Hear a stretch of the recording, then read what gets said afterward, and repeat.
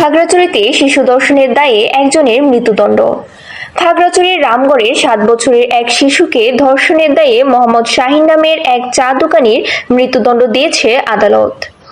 আজ সোমবার দুপুরে খাগড়াছড়ির শিশু সহিংসতা দমন ট্রাইব্যুনালের বিচারক শায়লা শারমিন এ রায় দেন। আদালতে নিযুক্ত রাষ্ট্রপক্ষের কৌঁসুলি সৃজনী ত্রিপুরা রায়ের বিষয়টি নিশ্চিত করেছেন। তিনি বলেন, রায় ঘোষণার সময় আসামি মোহাম্মদ শাহীন আদালতে উপস্থিত ছিলেন। পরে তাকে কারাগারে পাঠানো হয়েছে।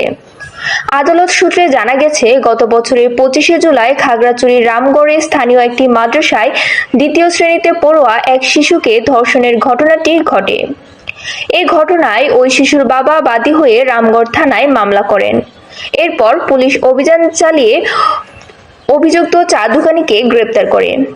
রায়ের প্রক্রিয়া রাষ্ট্রপক্ষের কৌঁসুলি সৃজনী ত্রিপুরা বলেন, দ্রুততম সময়ের মধ্যে মামলাটির রায় ঘোষণা করায় আমরা সন্তুষ্ট। এই রায়ের মধ্য দিয়ে ন্যায় বিচার নিশ্চিত হয়েছে। তবে রায়ের বিরুদ্ধে উচ্চ আদালতে আপিল করবে বলে জানিয়েছেন আসামিপক্ষের আইনজীবী বেদারুল ইসলাম।